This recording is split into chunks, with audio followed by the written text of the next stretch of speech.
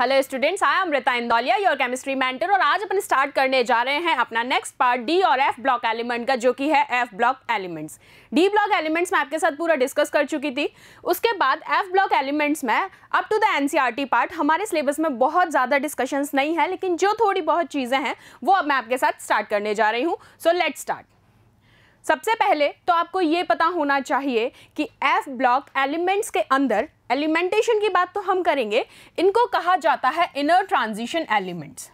Like D block elements को कहा जाता था व्हाट, ट्रांजिशन एलिमेंट्स। ऐसे ही एफ ब्लॉक एलिमेंट्स को कहा जाता है इनर ट्रांजिशन एलिमेंट्स। क्यों कहा जाता है inner transition elements? Because the elements in which the additional electron, what I say, I repeat, the additional electron enters in n-2 f orbital. कहां पर एंटर होता है? n-2 f ऑर्बिटल के अंदर। इसलिए इनको कहा जाता है इनर ट्रांजिशन एलिमेंट्स। ठीक है, और आप इनको क्या कहते हैं? F block elements.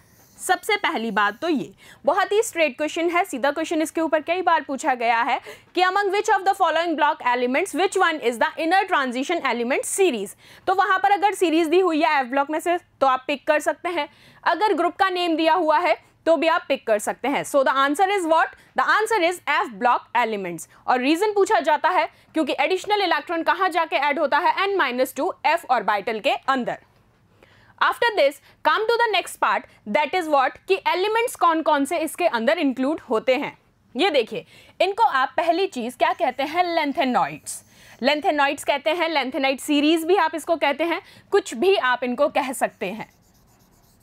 ये इनके डिफरेंट नेम्स हैं, लेंथेनाइड सीरीज। अब देखिए यहां पर जो एलिमेंट है, सबसे पहला element La, Ce, Pr, Nd, Pm, Sm, अभी सबकी नेमिंग्स भी बताऊंगी। सबसे पहले आपको इन एलिमेंट्स को याद करने का तरीका पता होना चाहिए। कैसे? जैसे हमने अभी डी ब्लॉक तक सारे निमोनिक्स बनाए थे, ऐसे ही एफ ब्लॉक के अंदर आपको सिर्फ 2 ही सीरीज पढ़ना है बचा। और वो 2 सीरीज कौन सा है students? Lanthanide series and actinide series. So first मैं आपसे डिस्कस करने जा रही हूँ लेंथेनाइड सीरीज। क्या है इसका? ये देखिए, La को यहाँ मैं कह रही हूँ क्या? निमोनिक्स के फॉर्म में याद करेंगे हम इस पूरी सीरीज को। तो आप देखिए, लाला सैर पर निकल पड़े, कहां तक की बात हो गई? La, Ce, Pr, Nd, Pm तक। लाला सैर पर निकल पड़े। Sm इज सम, EU यूरोप की, Gd गाड़ियां, तब Tb हम एक डिनोशन दे रहे हैं सिर्फ, एग्जैक्टली ये है नहीं, मैंने ये निमोनिक बनाया है याद करने के हिसाब से और आपको लर्न कराने के हिसाब से। dy दौड़ी होगी। क्या कहा? लाला सैर पर निकल पड़े, सम यूरोप की गाड़ियां तब दौड़ी होंगी। इनको इंडिकेट करते हुए हमने कुछ डिनोशंस दिए होंगे। EU एक तुम यामाहा ले जाओ। हमें इसके अंदर जो एलिमेंट्स पढ़ने हैं वो पढ़ने हैं फ्रॉम सीरियम टू ल्यूटेशियम। कहां से कहां तक? सीरियम टू ल्यूटेशियम एलिमेंट्स की हम यहां पर बात करेंगे। और इन बिटवीन जो एलिमेंट्स हैं उनका मैंने एक निमोनिक आपको बना के दिया है। वो क्या है? Again I repeat the whole mnemonic, that is लाला सैर पर निकल पड़े, सम यूरोप की गाड़ियां तब दौड़ी होंगी, एक तुम यामाहा ले जाओ। क्लियर? आफ्टर दिस आइए, अब सबसे पहले आपको इसका पोजीशन देखना है पीरियोडिक टेबल के अंदर।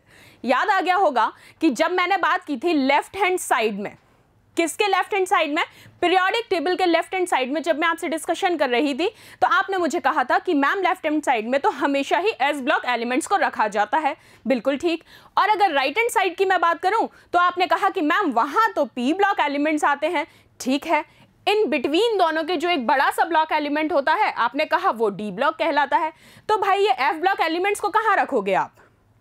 आपने देखा था होल पीरियोडिक टेबल के नीचे, see like this is a blank periodic table format as I mentioned over here.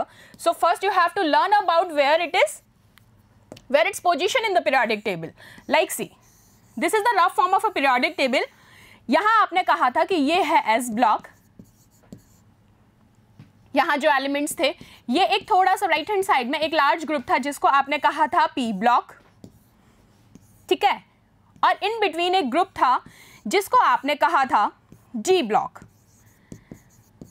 और क्या इसके साथ ही मैंने आपको एक चीज बताई थी कि इसके नीचे 2 ब्लॉक एलिमेंट्स होते हैं, इनको आपने कहा था एफ ब्लॉक। और इसके अंदर 2 कॉलम्स के अंदर ये डिवाइडेड होती है और उन्हीं को कहा जाता है लैंथेनाइड्स एंड एक्टिनाइड्स। सो हमें यहाँ पर कितनी सीरीज की बात करना है? सिर्फ 2 ही सीरीज का बात करनी है। क्लियर? चलिए, अब ये बात समझ में आई। अब जो लैंथेनाइड सीरीज है, यहाँ देखो, इसको मैंने अभी आपको कहा लेंथेनॉइड भी बोल सकते हो, लैंथेनाइड्स भी बोल सकते हो। It's all over depends on the contraction pattern. So आपने यहाँ कहा, यहाँ कौन कौन से एलिमेंट्स आते हैं? Z is your atomic number. Z is what? Z is atomic number जिसको हम रिप्रेजेंट कर रहे हैं यहाँ पर फॉर अ एलिमेंट। 57 to 71 यानी कि सीरियम से ल्यूटेशियम। अब आप कहेंगे सीरियम का एटॉमिक नंबर तो मैम 58 होता है ना, तो 57 क्या है? 57 is lanthanum. Starting lanthanide series का लेंथेनम से होता है, लेकिन जब हम काउंट करते हैं, यहाँ 57 से मैंने इसीलिए लिखा है, जब आप डिनोशन करते हैं तो that is from cerium to lutetium. Then after actinide series की अगर मैं बात करूं, तो एक्टिनाइड सीरीज में आप कहेंगे कितने एलिमेंट्स होते हैं? From 89 to 103। Again I repeat, it's from 89 to 103। और कहां से कहां तक? Thorium to lawrencium. Clear? Thorium to lawrencium की आप यहां पर बात करेंगे।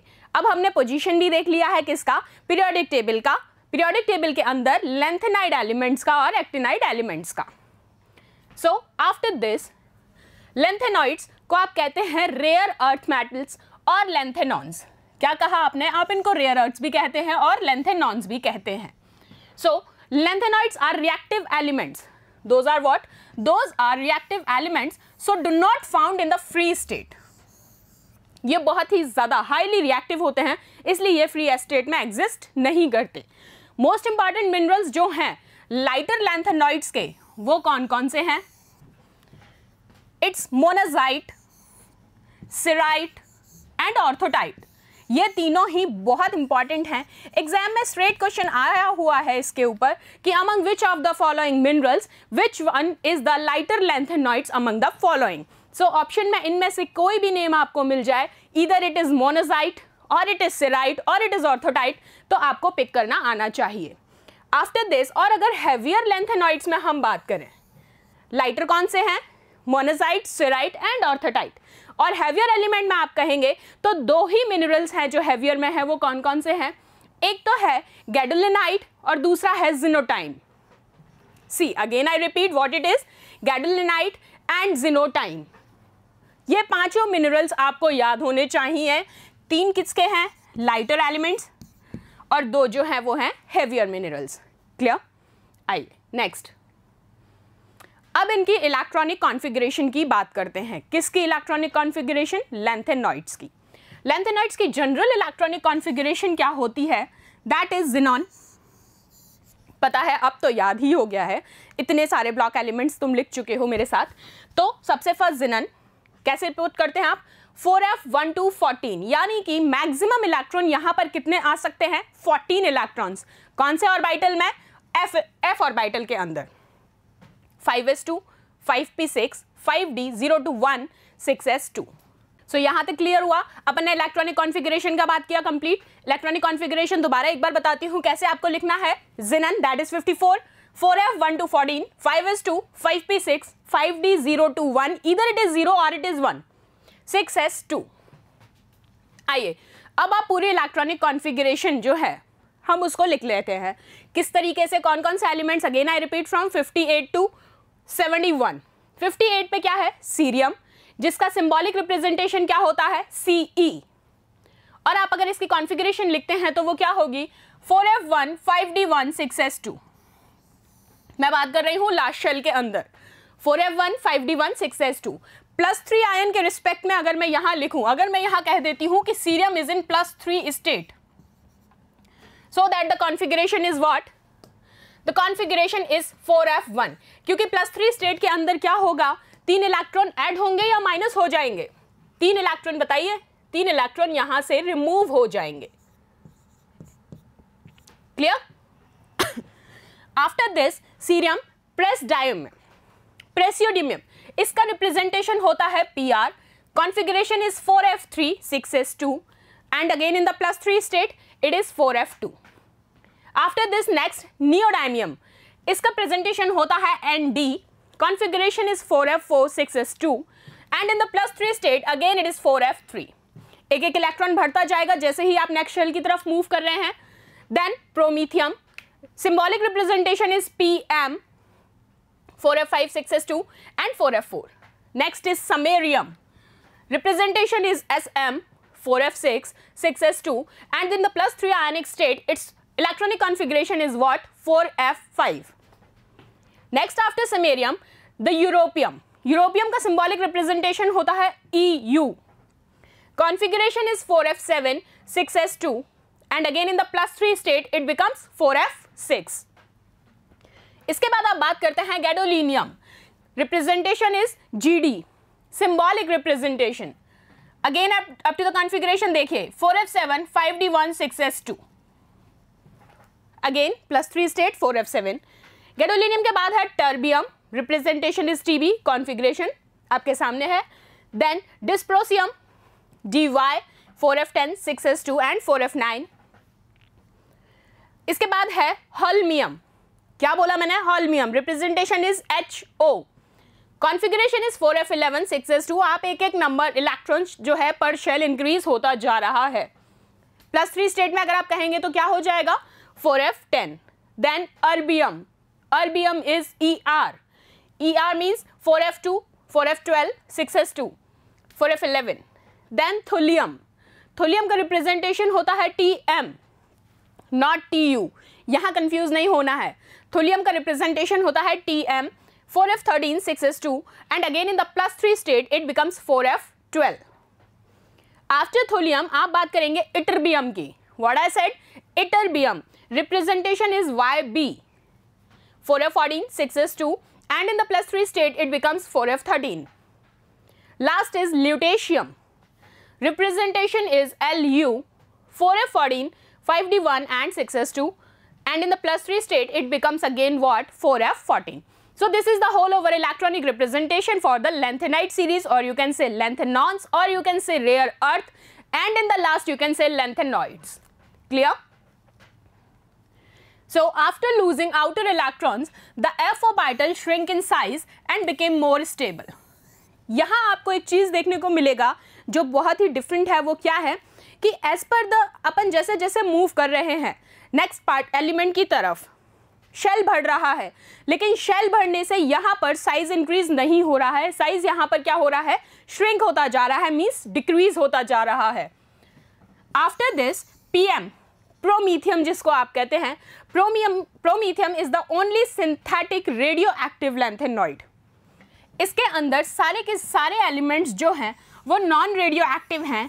सिर्फ प्रोमीथियम जो है वो इकलौता कैंडिडेट है लैंथेनाइड सीरीज में जो कि रेडियो एक्टिव एलिमेंट है. So this is important from the exam point of view. Clear? Whole lanthanoid series में सिर्फ प्रोमीथियम जो है वो रेडियो एक्टिव एलिमेंट है. अब हम बात करते हैं लैंथेनॉइड्स के ऑक्सीडेशन स्टेट को लेके. ऑक्सीडेशन स्टेट में लैंथेनॉइड्स +3 ऑक्सीडेशन स्टेट में मोस्ट स्टेबल होते हैं. लेकिन किन किन के केस में? Cerium, TB, ND, DY and PR. ये सब की सब क्या एग्जिबिट करते हैं? इनके केस में +3 तो होता ही है, लेकिन ये +4 भी एग्जिबिट करते हैं. +3 कॉमन ऑक्सीडेशन स्टेट है लैंथेनाइड सीरीज में, यानी कि सारे एलिमेंट्स +3 में तो एग्जिस्ट करते ही हैं, लेकिन कुछ एलिमेंट्स +4 में भी एग्जिस्ट करते हैं. जबकि कुछ एलिमेंट्स हैं जो +2 में भी स्टेबल हैं, और वो कौन से एलिमेंट्स हैं? SM, EU, TM and YB. YB is what? Ytterbium. चलिए नेक्स्ट.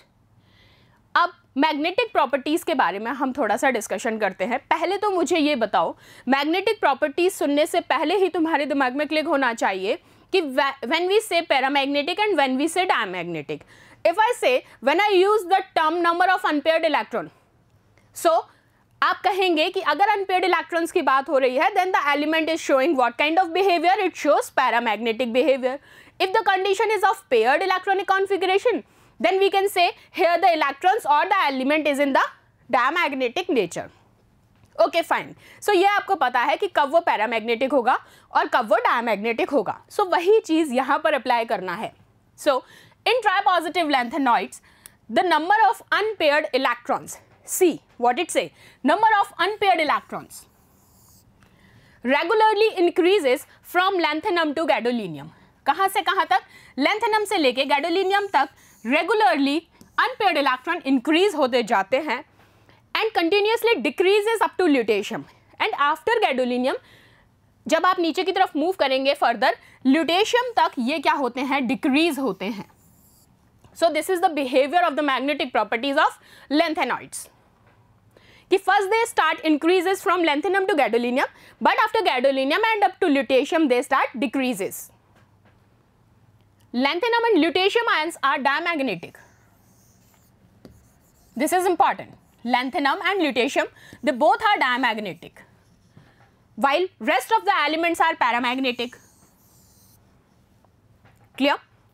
अब एक एक्सेप्शन है, और वो एक्सेप्शन क्या है कि नियोडिमियम जो है वो most paramagnetic lanthanoid है, and this is the straight question. That's why I highlighted in that zone also. So you also have to write down in your notebooks and please keep it in your mind also.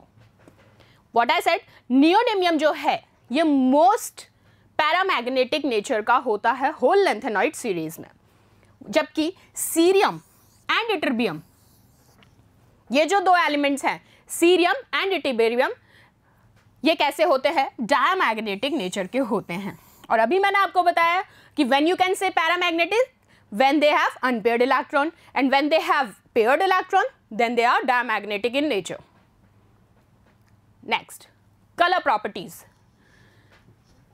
अगर unpaired electrons वहां present हैं, कहां पर? 4f orbital के अंदर। सो ये ions क्या करेंगे? एक विजिबल रीजन से अब्जॉर्व करेंगे लाइट को और वहां पर आप FF ट्रांजिशन देखने को मिलेगा।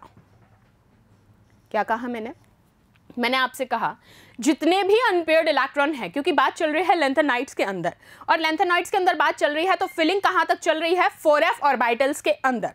अब ये जो अनपेयर्ड इलेक्ट्रॉन्स हैं जब ये फर्दर एक्साइट करेंगे तो ये एक विजिबल रीजन से लाइट एब्जॉर्व करेंगे। क्या? जब ये जो लाइट एब्जॉर्व करते हैं उसी ड्यूरेशन में आप वहां पर कहते हैं किस तरीके का ट्रांजिशन हो रहा है? FF transition. अब इस FF ट्रांजिशन का मतलब क्या है? इसका मतलब है कि जो इलेक्ट्रॉन एक्साइट हो रहा है वो f ऑर्बिटल से लेके नेक्स्ट f ऑर्बिटल में ही जा रहा है, या फिर आप जस्ट रिवर्स भी कह सकते हैं कि f ऑर्बिटल से ही इलेक्ट्रॉन जो है वो लोअर शेल के f ऑर्बिटल में आ रहा है। सो इस FF ट्रांजिशन की वजह से लैंथेनॉइड्स के अंदर आपको कलर प्रॉपर्टीज देखने को मिलता है। Clear? Lanthanoids having 4f0, 4f14 are colourless. कौन कौन से? जब या तो कितने इलेक्ट्रॉन्स हो f ऑर्बिटल के अंदर? 0 इलेक्ट्रॉन्स हो। जब या तो 0 इलेक्ट्रॉन्स हो, यानी कि हाफ फिल्ड कहेंगे या फुल्ली फिल्ड कहेंगे या ब्लैंक कहेंगे, एकदम 0 इलेक्ट्रॉन्स हैं, तो वहां पर क्या होगा? Colourless, no electrons. और अगर वहां पर कितने हैं? फुल्ली फिल्ड है वो 14 इलेक्ट्रॉन्स हैं, तो भी उस कंडीशन में आप कहेंगे कि वो क्या होंगे? कलरलेस होंगे। चलिए रीजन बताइए कि ऐसा क्यों होगा? जब वहां पर इलेक्ट्रॉन ही नहीं है, ये केस बताती हूं मैं आपको 4f0 वाला। अब मुझे एक बात बताओ, जब उसके पास f ऑर्बिटल के अंदर इलेक्ट्रॉन्स ही नहीं है तो भाई एक्साइट कौन करेगा? इलेक्ट्रॉन जाएगा कहां से नेक्स्ट लेवल में? उसके पास इलेक्ट्रॉन है ही नहीं ना। सो यहां पर ये कलर एग्जिबिट नहीं कर सकते। Same in the case of 14 आप कहेंगे मैम यहां तो उसके पास 14 इलेक्ट्रॉन्स है ना, क्यों नहीं कर सकता एक्साइट? बेटा व्हाट आई सेड, अनपेयर्ड के केस में आप देखते हैं यहां कैसी प्रॉपर्टी है? पेयर्ड कंडीशन है, they are in the stabilised form, so वो एक्साइट नहीं करेंगे, इसलिए यहां भी आप कहेंगे कि कंडीशन क्या होगी? कलरलेस। क्लियर? आइए नेक्स्ट, लैंथेनॉइड कंट्रैक्शन। ये क्या होता है? अभी आपने पढ़ा FF ट्रांजिशन। सी क्वेश्चन ये भी सीधा आता है, what is FF transition? Definition आपको दे रखा हो सकता है और आपसे पूछा हो सकता है कि what is this. Now next, lanthanoid contraction, what it is? In the lanthanoid series with increasing atomic number there is a progressive decrease in the size. जैसे जैसे मैंने अभी आपको बताया कि एटॉमिक नंबर बढ़ेगा, लेकिन यहां पर एटॉमिक नंबर बढ़ने से साइज बढ़ेगा नहीं, साइज क्या होगा? डिक्रीज होगा फ्रॉम लैंथेनम टू ल्यूटेशियम। इसी कॉन्ट्रैक्शन को आप कहते हैं कि यहाँ पर क्योंकि साइज क्या होता है, वो श्रिंक होता जाता है, इसी श्रिंकेज को कहा जाता है कॉन्ट्रैक्शन। और किस तरीके का contraction? Lanthanoid contraction. Lanthanoid contraction क्योंकि ये कौन सी सीरीज में हो रहा है? लेंथेनाइड सीरीज के अंदर। बात समझ में आई? चलिए, so the general electronic configuration of these elements is what? Is simply 4f 1 to 14 5s2 p6 d 1 to 10 6s2। हाँ जी, हमें ये बात बिल्कुल याद रखनी है कि इन एलिमेंट्स के लिए जो जनरल इलेक्ट्रॉनिक कॉन्फ़िगरेशन है वो आप क्या यूज करेंगे? That is 4f 1 to 14 5s2 p6 d 1 to 10 and 6s2। in these elements the added electrons, see what? the added electron enters the deep seated f orbitals। जो आप extra electron जो added की बात हो रही है वो कहां पर जाके अटैच होने वाले हैं? एफ ऑर्बिटल के अंदर, and therefore experiences considerable pull by the nucleus. अब आप कहेंगे ये क्या लैंग्वेज है? कोई लैंग्वेज पे इतना हमें कोई कंफ्यूज नहीं होना है। सिंपल सी बात है कि एक्स्ट्रा इलेक्ट्रॉन्स जैसे जैसे ऐड होते जा रहे हैं up to the next elements, कि वो इलेक्ट्रॉन्स कहां पर आते जाएंगे? एफ ऑर्बिटल्स के अंदर। That's it. नेक्स्ट देखिए, this is very important point. पहले मुझे एक चीज बताओ, शील्डिंग इफेक्ट याद है? मैंने आपको बताया था शील्डिंग इफेक्ट, स्क्रीनिंग इफेक्ट, एक ही बात है। शील्डिंग इफेक्ट, स्क्रीनिंग इफेक्ट, कुछ ऐसा याद आ जाना चाहिए। चलो थोड़ा सा बता देती हूँ।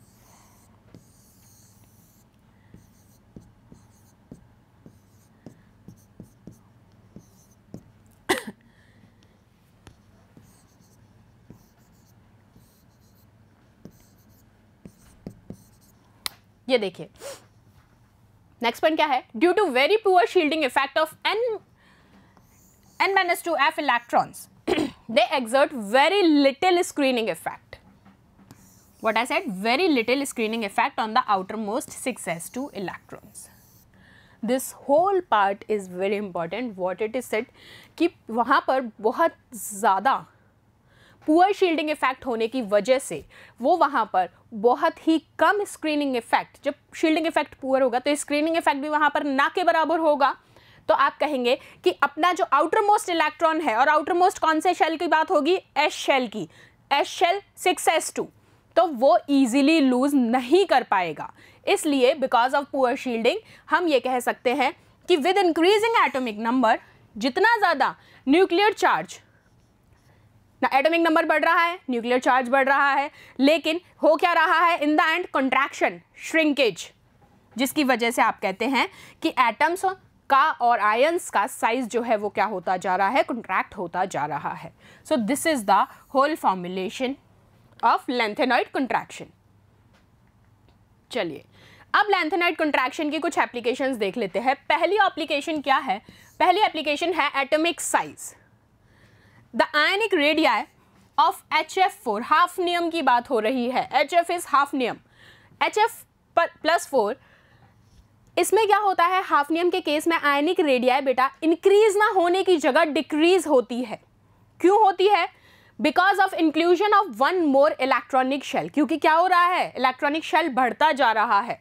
और जबकि जर्कोनियम के केस में आप क्या देखते हैं कि ये ऑलमोस्ट इक्वल होता है, वर्चुअली इक्वल टू जर्कोनियम। कौन? हाफनियम।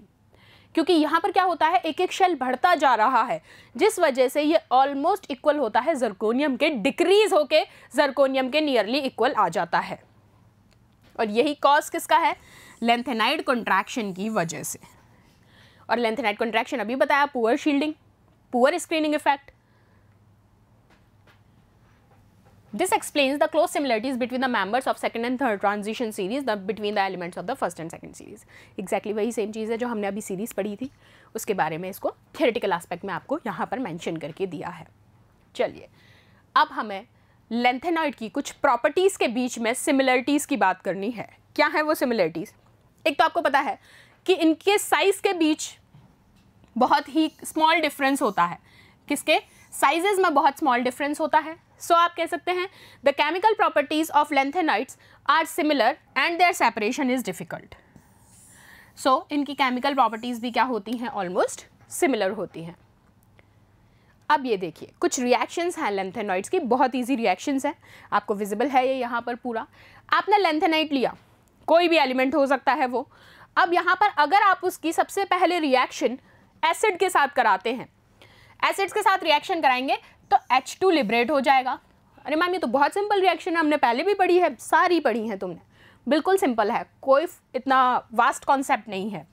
अगर आप हैलोजन से रिएक्शन कराते हैं, आपको पता है halogen X is equals to कौन? Fluorine, chlorine, bromine and iodine.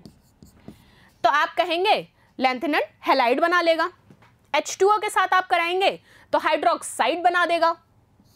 अगर आप H2O के साथ रिएक्शन करा रहे हैं तो हाइड्रोक्साइड बनाएगा और H2 रिलीज हो जाएगा। अगर आप इसको हाई रेंज टेम्परेचर पे रिएक्शन करवा रहे हैं, किसके साथ? कार्बन के साथ, तो किस में कन्वर्ट हो जाएगा? कार्बाइड में कन्वर्ट हो जाएगा। सेम अगर आप नाइट्रोजन के साथ रिएक्शन करवाते हैं हाई रेंज टेम्परेचर में, तो वो किस में कन्वर्ट हो जाएगा? नाइट्राइड में कन्वर्ट हो जाएगा। सेम सल्फर के साथ आप रिएक्शन कराएंगे तो सल्फाइड में कन्वर्ट हो जाएगा। सो एक बहुत ही इजी सा पैटर्न है लैंथेनाइड्स की रिएक्शंस का जो आपके सामने। अब एक चीज़ जो यहाँ याद रखनी है कि मिश मेटल, ये क्वेश्चन आता है, स्ट्रेट क्वेश्चन कई बार पूछा गया है मिश मेटल को लेके। मिश मेटल आपको पता है एक अलॉय है, ये कॉम्बिनेशन किसका है? Cerium and iron. यही क्वेश्चन में पूछा जाता है कि मिश मेटल किस किस से मिलके बना होता है, तो आपको पता होना चाहिए सीरियम और आयरन से, और ये एक टाइप का अलॉय है। ओके चलिए नेक्स्ट। अभी हमने F ब्लॉक का एक पार्ट किया जिसमें क्या था, अपन ने कंप्लीट किया है लैंथेनॉइड्स। अब लैंथेनॉइड्स के बाद एक छोटा सा पार्ट और है एक्टेनॉइड्स। एक्टेनॉइड्स को आप 5F सीरीज भी कहते हैं। The elements in which the extra electron enters into where 5F orbital. Extra electron कहाँ पर शिफ्ट हो जाता है? 5F ऑर्बिटल के अंदर ऑफ n-2th मेन शेल। इन्हीं को आप कहते हैं actinoids. The man made 11 elements NP93 to LR103 are placed beyond uranium in the periodic table and are collectively called transuranium elements. ये भी आपसे पूछा जाता है।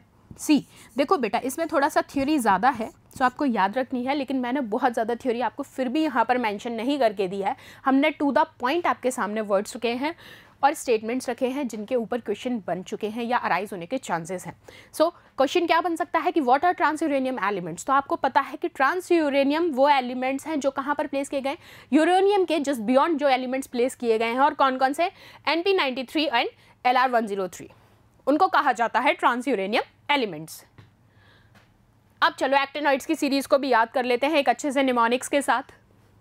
एक था पापा, पापा एक थे अपन को याद रखना है AC एक, TH था, PA पापा, U उसके, NP नलायक, PU इस पुत्र, AM is America, CM is काम, BK biscuit.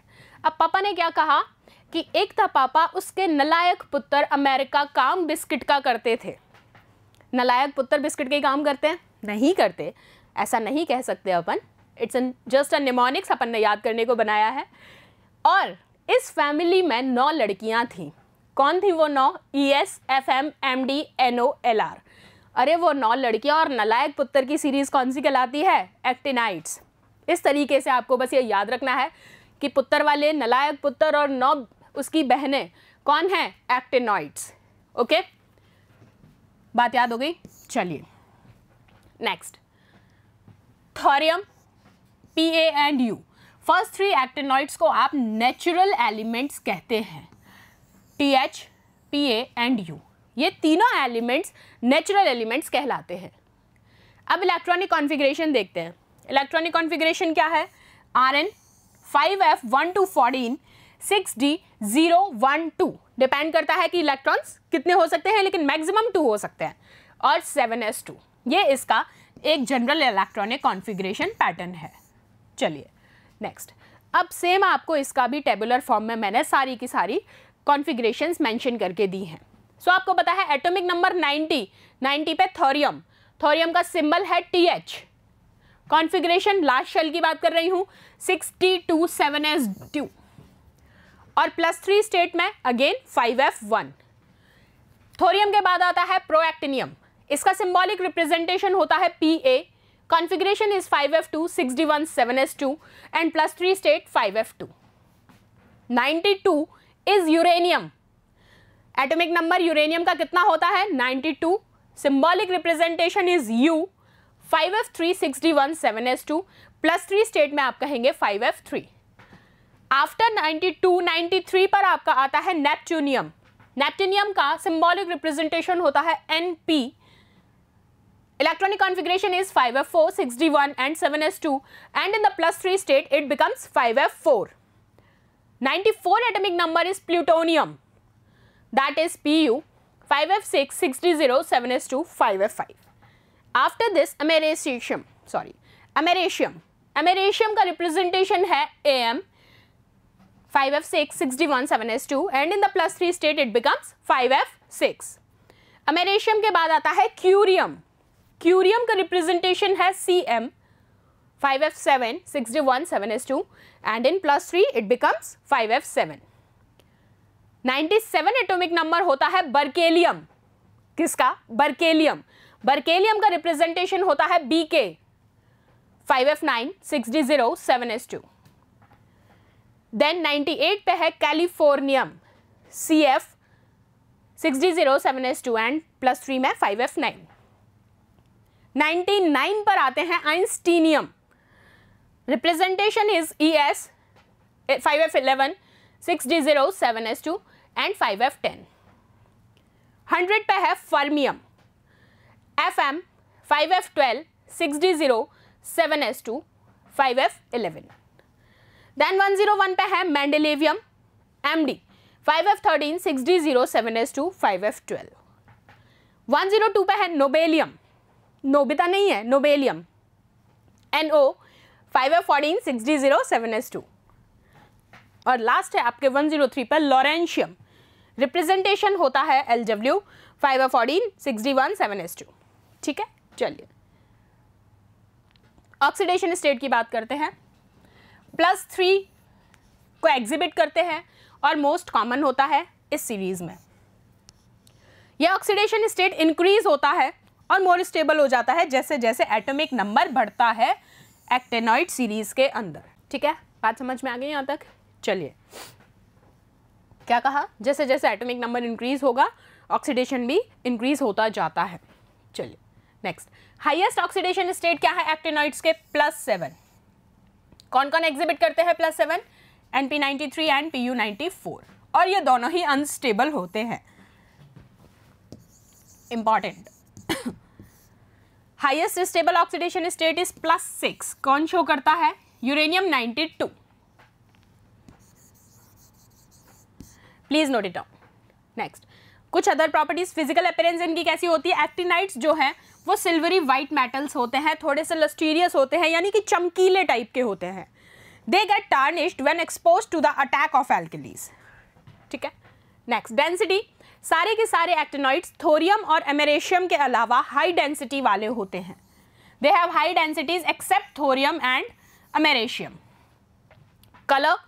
Actinide ions generally coloured होते हैं और जो इनका कलर होता है वो डिपेंड करता है 5f इलेक्ट्रॉन्स के ऊपर. इलेक्ट्रोपॉजिटिव कैरेक्टर की बात करें तो सारे के सारे actinide members highly electropositive nature के होते हैं. स्ट्रेट क्वेश्चंस आते हैं. ये जो मैंने स्टेटमेंट्स यहाँ मेंशन किए हैं बहुत ज़्यादा इनके ऊपर ब्रीफिंग नहीं है, स्ट्रेट क्वेश्चंस हैं. मेल्टिंग पॉइंट और बॉइलिंग पॉइंट तो आपको याद रखना है एक्टिनाइड्स के अंदर हाई मेल्टिंग पॉइंट और बॉइलिंग पॉइंट होता है. They do not follow regular gradation of melting point with increase in the atomic number. Magnetic properties. Actinide elements paramagnetic होते हैं due to presence of unpaired electrons. और radioactive nature की कहें तो ये तो सारे ही रेडियो एक्टिव होते हैं. जबकि आपके एफ ब्लॉक के लेंथेनाइड सीरीज में सिर्फ एक ही था. कौन था? PM. Actinide contraction. जैसे अपन ने लेंथेनाइड कॉन्ट्रैक्शन पढ़ा, ऐसे एक टर्म है एक्टिनाइड कॉन्ट्रैक्शन. वो क्या है? The size of atom cation decreases regularly along the actinide series. The steady decrease in ionic radii with increase in atomic number. क्या कह रहे हैं कि आयनिक रेडियाई तो यहां पर डिक्रीज होगी, ये तो होगी डिक्रीज, और एटॉमिक नंबर क्या होगा, इंक्रीज। एटॉमिक नंबर यहां पर डिक्रीज होगा, इसी को आप कहते हैं एक्टिनाइड कॉन्ट्रैक्शन। और ये किसकी वजह से होता है, ये cause poor shielding of 5f electron. So ये बात याद रखनी है। बात समझ में आ रही है? चलिए नेक्स्ट, अब हम कंपैरिजन कर लेते हैं लेंथेनाइड्स और एक्टिनाइड्स का। दोनों की दोनों, पहली चीज़ तो +3 ऑक्सीडेशन स्टेट एग्जिबिट करते हैं, कॉमन है। दोनों ही इलेक्ट्रोपॉजिटिव होते हैं और स्ट्रॉन्ग रिड्यूसिंग एजेंट्स की तरह एक्ट करते हैं। तीसरी बात, cations with unpaired electrons in both of them are paramagnetic. Unpaired आएगा तो वैसे ही पैरा हो जाएगा ना, लेकिन यहाँ बात किसकी हुई है, कैटायंस की। ठीक है, most of the cations of lanthanoids and actinoids are coloured. Common points हम पढ़ रहे हैं। Both of them show a steady decrease in their ionic radii, see as I already mentioned. Thus lanthanide show lanthanide contraction and actinide show actinide contraction. अब कुछ point of distinction पढ़ लेते हैं दोनों के बीच में। Beside the most common oxidation state, +3 के अलावा भी लेंथेनॉइड +2 भी शो करते हैं, +4 भी शो करते हैं, जबकि ये +4, +5 और +6 शो करते हैं। दूसरा, लेंथेनॉइड्स के अंदर कॉम्प्लेक्स फॉर्मेशन की लेस टेंडेंसी होती है, इनके अंदर स्ट्रॉन्ग टेंडेंसी होती है। ठीक, प्रोमेथियम के अलावा सारे रेडियो एक्टिव होते हैं, ये सारे की सारे रेडियो एक्टिव होते हैं। ऑक्साइड और हाइड्रोक्साइड जो होती है लेंथेनॉइड्स की, वो लेस बेसिक होती है, जबकि वो मोर बेसिक होती है। बस इतने से इसके डिस्टिंक्शन पॉइंट थे। ठीक है, इंपॉर्टेंट है ये भी। चलिए कुछ इंपॉर्टेंट यूज पढ़ लेते हैं एक्टिनाइड्स के। थोरियम, थोरियम यूज़ किया जाता है बेटा एटॉमिक रिएक्टर्स में as fuel rods and in the treatment of cancer. Second है यूरेनियम। यूरेनियम कहाँ यूज़ किया जाता है, न्यूक्लियर फ्यूल में, and used in glass industry for imparting green colour, textile industry and also in medicines. Plutonium, plutonium को use किया जाता है फ्यूल के लिए एटॉमिक रिएक्टर्स में as well as in the atomic bombs. ठीक है, सो यहाँ आपका एफ ब्लॉक भी फिनिश होता है। आपने डी और एफ ब्लॉक एलिमेंट्स को भी बहुत अच्छे के साथ फिनिश कर लिया, वाइंड अप कर लिया। सो अब नेक्स्ट पार्ट हम डिस्कशन करेंगे इनके क्वेश्चन आंसर्स के साथ, क्वेश्चन प्रैक्टिस सेट्स के साथ। सो उससे पहले मैं वो स्टार्ट करूं तो मैं एक होप रखती हूं कि उससे पहले आप एक बार इसको थोड़ा सा रिवाइज कर लें, सो दैट आपको क्वेश्चंस को जब मैं डिस्कस करूं तो आपको प्रॉब्लम ना आए। Till then, thank you so much students.